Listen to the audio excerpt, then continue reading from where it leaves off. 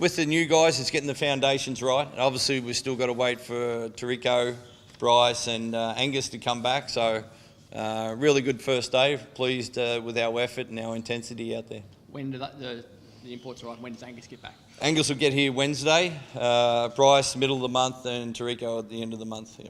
So how long will you have them for? About 3 or 4 weeks before you go to America? Yeah, it'd be close to a month, I think, yeah. Is that enough time? I hope so, I'll tell out then. Yeah. But, we pre-season 10 weeks out, teamwork. The guys are in pretty good condition from the work they've done in the off-season, so that's not an issue with their fitness level. It's more the synergy and the teamwork out there with each other. I was going to say, bonding sessions, all that sort of stuff. What do you do to try to? It's a long time, 10 weeks. What do you do to keep them all bonding and doing different things? What do you went and did that Navy thing last year? Yeah, Navy. Yeah, we'll have some things up our sleeve. It's really, we're big here at the Wildcats of playing for each other, playing for your mate beside you, and playing for the name on the jersey first and foremost. So. We've been very lucky with the culture that we've developed here, and that's something we want to keep adding to and making sure it's a strong going forward. And when we play together and we train together, and that's a big part of building a championship and having that trust and bond and chemistry all together. And that takes time to develop. It doesn't just happen overnight or cut and paste these days, but it's a good first step for us. Obviously, it's very early still, Trev, but Mitch and Nick, we know about their experience. What have you seen that they brought to the group and on the training track? Yeah, it's just straight away, just their toughness, their competitive angle. They don't like to get scored on in any drill. They're going to learn the system as they go along and get in the right place, and they're just good teammates. It's good that you're looking over and the next guy is busting their hard just to stay in front of their man, and Nick and Mitch do a great job of that. You built that reputation a bit of being the hardest trainers in the league.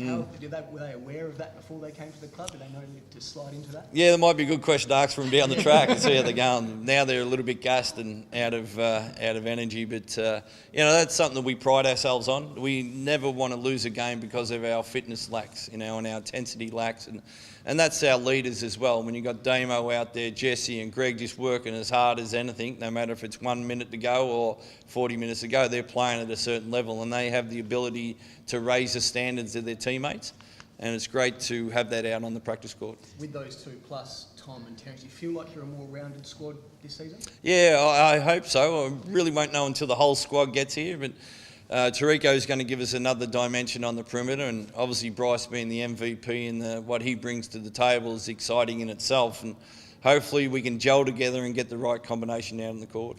Some blokes who won't like sitting on the bench, I would have thought as well. Nah. There'll be starting five starting competition. How significant is the competition to get onto the court for these blokes? Yeah, and it's the same. We just mentioned that at the start when we talked to the group. It's not necessarily the most talented or the 5 most talented that'll play. It's the 5 guys that play best together.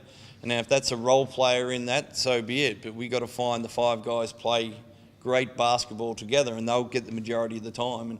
And the guys have got to be able to support that, and some days it's the rock stars, some days it's the bench players, and that's been a good teammate and support no matter what the weather is outside. So is that pre-season now important for them to show that they can fit that role of whatever you need them to do and working with that bloke over there and things like that?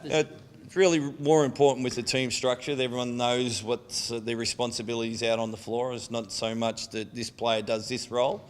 It's really getting their fundamentals down from the offence space into the defence help line, and once they understand that, then they can put their own personality stamp on it. But the pre-season's big time on what we're doing structurally as a team. Brilliant.